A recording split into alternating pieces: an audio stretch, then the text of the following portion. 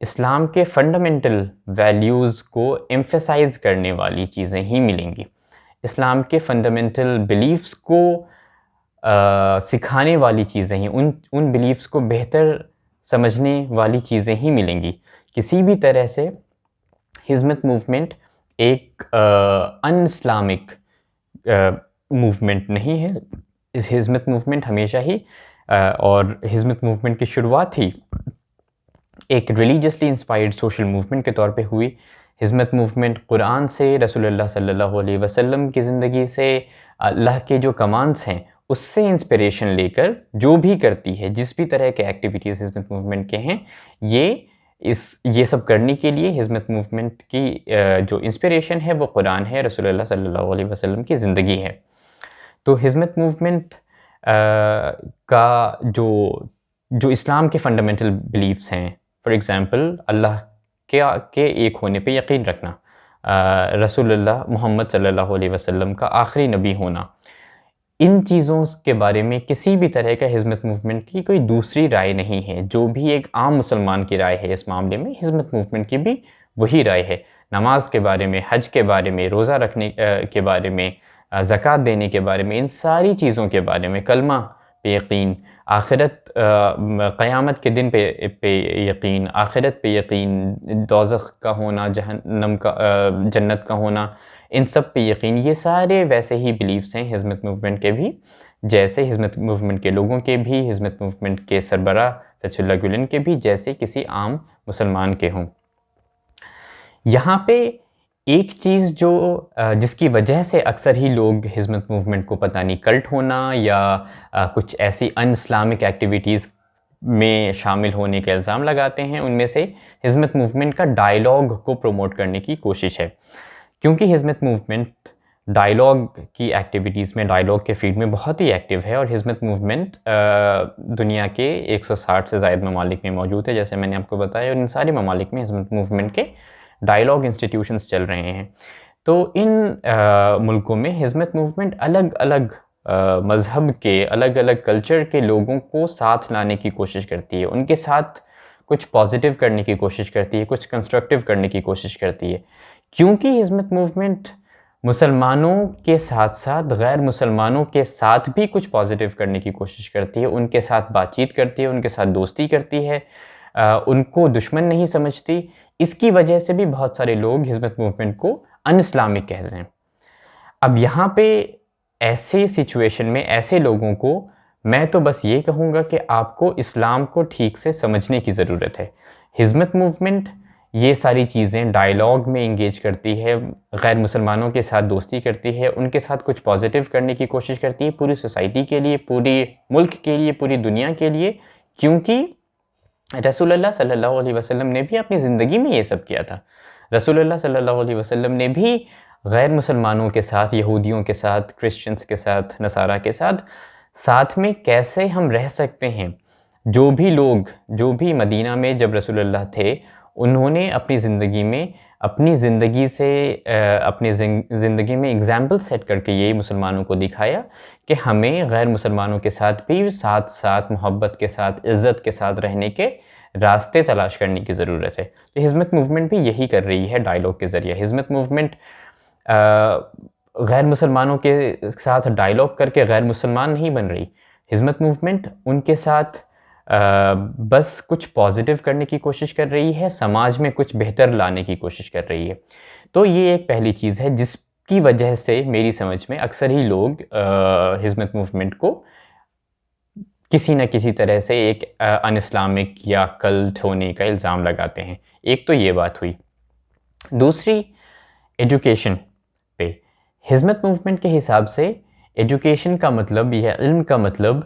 صرف اور صرف قرآن یا حدیث یا اسلامی کتابیں نہیں ہیں۔ حزمت موومنٹ کے حساب سے علم حاصل کرنا جیسا کہ قرآن کہتا ہے کہ علم حاصل کرنا ہر مسلمان مرد عورت پہ فرض ہے، ویسے ہی حزمت موومنٹ کے حساب سے علم صرف اسلامی علم نہیں بلکہ سائنس بھی اس میں شمار ہے، بلکہ اس میں ہر طرح کے سوشل سائنس کی جو آج الگ الگ سبجیکٹس ہیں وہ بھی اس میں شمار ہیں۔ تو حزمت موومنٹ کے حساب سے کیونکہ علم حاصل کرنے کا مطلب صرف قرآن کو سمجھنا نہیں بلکہ ہر طرح کے سبجیکٹس کو، سائنس کو بھی سمجھنا ہے، اور اس لیے اسی یقین کی وجہ سے، اسی سمجھ کی وجہ سے حزمت موومنٹ اسکولز کھولتی ہے جو صرف اسلام کی ہی علم نہیں، اسلام کی ہی تعلیم نہیں بلکہ سائنس کو بھی جن سکولز میں پڑھایا جاتا ہے. تو اس کی وجہ سے بھی لوگ کہتے ہیں کہ حزمت موومنٹ کی جو علم کو، تعلیم کو حاصل کرنے پہ جو سمجھ ہے حزمت موومنٹ کی، وہ کسی نہ کسی طرح سے پرابلمیٹک ہے، ان اسلامک ہے. مسلمانوں کو تو صرف اور صرف قرآن سمجھنے کی ضرورت ہوتی ہے. تو پھر سے اگین اس بات پہ بھی میں یہی کہوں گا کہ ایسے لوگ جو بھی ہوں ان کو ضرورت ہے کہ وہ قرآن کو ٹھیک سے سمجھیں، اسلام کو ٹھیک سے سمجھیں. لوگوں کو یہ سمجھنے کی ضرورت ہے کہ سائنس بھی آپ کو اللہ کی طرف لے جا سکتا ہے، اللہ کو بہتر سمجھنے کی سمجھا سکتا ہے. سائنس بھی آپ کسی بھی طرح سے سائنس کو حاصل کر کے اللہ سے دور نہیں ہو سکتے اگر آپ اس کو ٹھیک سے سمجھ رہے ہیں تو، بلکہ آپ اللہ کے اور قریب جا سکتے ہیں. تو حزمت موومنٹ سائنس کی ایجوکیشن پہ بھی اتنا ہی دھیان دیتی ہے جتنا اسلام کی ایجوکیشن پہ، کیونکہ اس کے حساب سے سائنس آپ کو اللہ کو بہتر سمجھنے میں مدد کر سکتا ہے.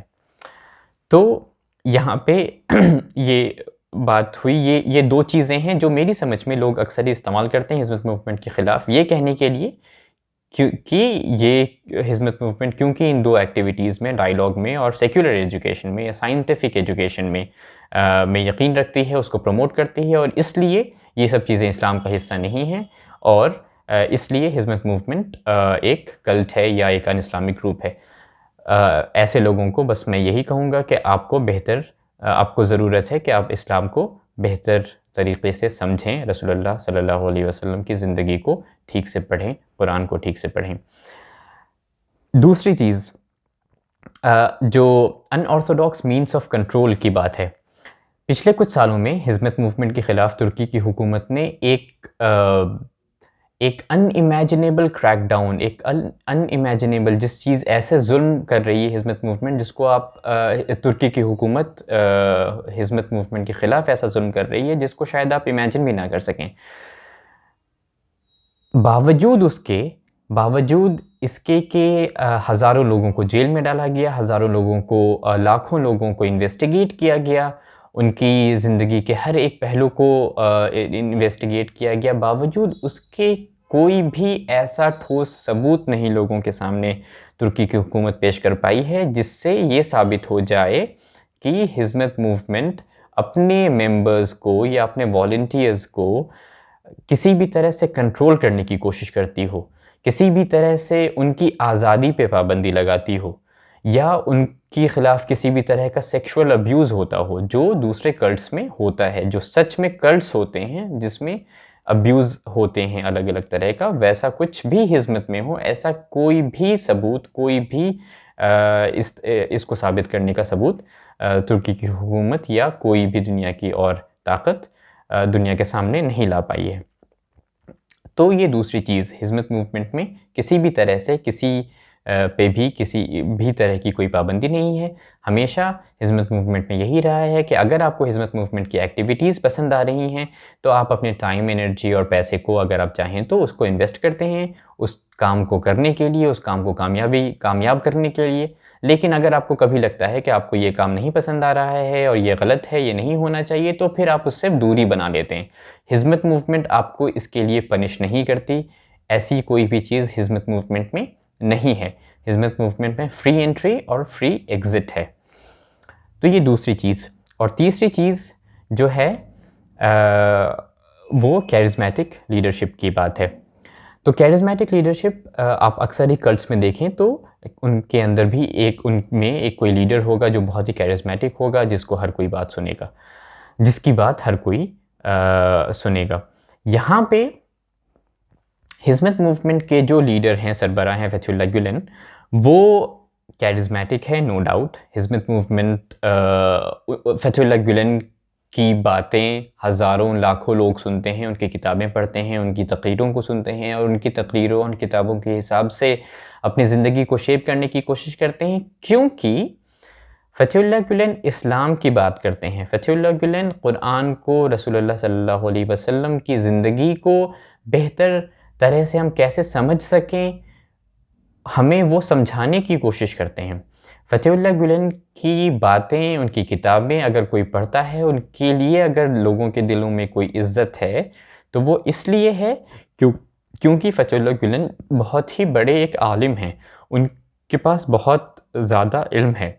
وہ کیونکہ ہمیں مسلمانوں کو، کسی بھی صرف مسلمانوں کو ہی نہیں، غیر مسلمانوں کو بھی اپنی زندگی کو کیسے پازیٹیولی جی سکیں یہ سکھاتے ہیں، اس لیے لوگ ان کی بات سنتے ہیں۔ لیکن اگر آپ کسی بھی کلٹ میں دیکھیں، کسی بھی کلٹش گروپ میں دیکھیں تو وہاں پہ آپ یہ دیکھیں گے کہ صرف اور صرف ان کے لیڈر کیرزمیٹک ہی نہیں ہوں گے، اس کے علاوہ ان کا ایک